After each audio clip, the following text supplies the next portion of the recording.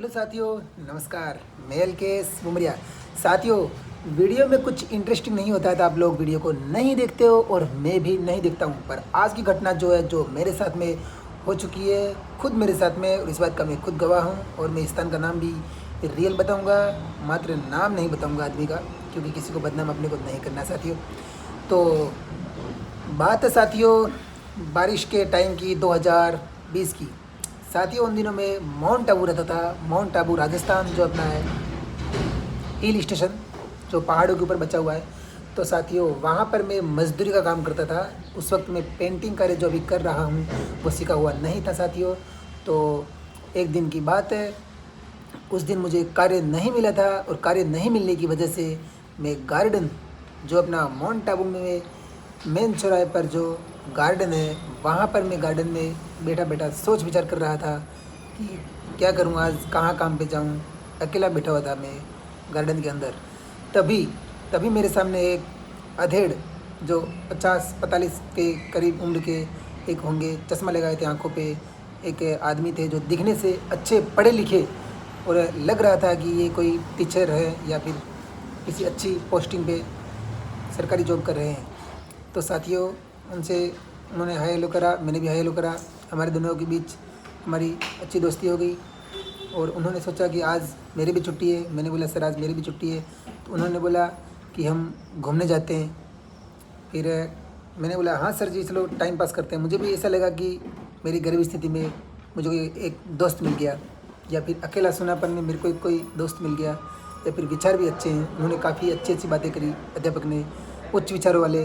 तो मेरे को भी लगा अच्छा अध्यापक है, मस्त एकदम, बहुत ही अच्छी बातें करता है।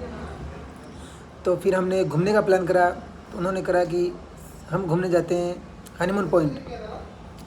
ठीक है सर जी, आप जहाँ बोलो मैं आने के लिए तैयार हूँ, क्योंकि मेरे पास में आज कोई कार्य भी नहीं है। और हम लोग खुशी खुशी से खाने पीने की सामग्री, बोतल, नमकीन वगैरह खरीदी, और वहाँ से हनीमून पॉइंट पैदल पैदल हम चलने लगे। क्योंकि हनीमून पॉइंट वहाँ से कुछ दूरी पर 2.5 किलोमीटर, ना इतना नहीं होगा, 2 किलोमीटर ही है। तो हम पैदल पैदल नक्की लेक के रास्ते से हनीमून पॉइंट जाने लगे। जब हम हनीमून पॉइंट जाने लगे तो रास्ते में हमने बहुत सारी बातें करी, परिवार के बारे में वगैरह वगैरह।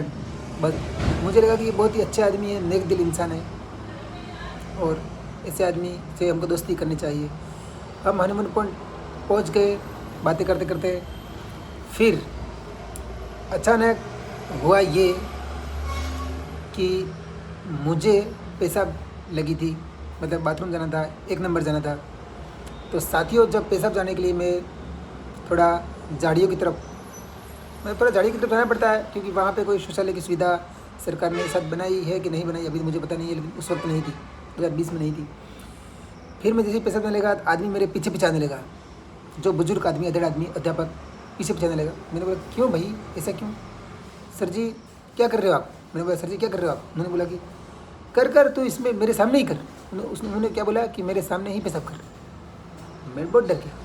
अरे भाई ये क्या बात होती है सर? कि बोला कि अपने अपने ही है दोस्त, अपने शर्माने की क्या बात है? मैंने बोला सर जी ऐसी बात है कि कुछ बातें प्राइवेट ही होती हैं, इससे थोड़ी ना सामने पेशाब कर दूंगा मैं। फिर उन्होंने मुझे बोला कि साफ साफ उन्होंने बोला कि मैं देखना चाहता हूँ। आप समझ रहे हो मैं क्या करना चाहता हूँ? देखना चाहता हूँ। तब मुझे माइंड में अचानक से डर लगने लगी। तब मेरे मन में विचार आया कि यह आदमी तो कुछ अलग टाइप का लगता है मेरे को, जो होते हैं ना मीठे टाइप के, आप समझ रहे हो, वही। फिर हुआ ये कि आदमी पीछे ही पड़ गया, मुझे पेशाब उसने करने ही नहीं दिया। मैं जिधर जाऊँ उधर मेरे पीछे पीछे आता है कि मुझे देखना है, देखना है, देखना है। मैं वहाँ से जैसे तैसे उसको, सर जी मुझे घर जाना है, अर्जेंट काम है करके, जैसे तैसे उसको वहाँ से पीछे छोड़ के मैं ऐसा भागा, ऐसा भागा, ऐसा भागा, ऐसा भागा। और तब तक उसको मैं कभी भी उस गार्डन में दिखाई नहीं दिया। और इसके बाद मैं किसी आदमी के साथ अकेला जाता नहीं हूँ, पहले उसको ध्यान से परखता हूँ कि मीठा टाइप का तो नहीं है। तो दोस्तों, ऐसी घटनाएं आप लोगों के साथ भी हो सकती हैं, सावधान रहो। ऐसे पुरुष भी होते हैं जो पुरुषों की श्रेणी में नहीं आते। और एक बात, उसने मेरे मोबाइल नंबर ले लिए थे, इसके बावजूद वह 1 साल तक मेरे को कॉल करता रहा कि अलकेश आजा, अपने रूम लेके रहेंगे, आबू रोड रहेंगे, अहमदाबाद जाएंगे, घूमेंगे रूम लेके। पता नहीं उसने क्या विचार कर लिया था मेरे साथ में। तो दोस्तों ऐसी बात है कि इस टाइप के बंदे होते हैं, पर आप सबको सावधान रहना है, अपनी भी वैल्यू इज्जत होती है दोस्तों। मैं यही कहना चाहता हूँ कि सावधान रहिए, सतर्क रहिए, ऐसे मीठे लोगों से दूर रहिए।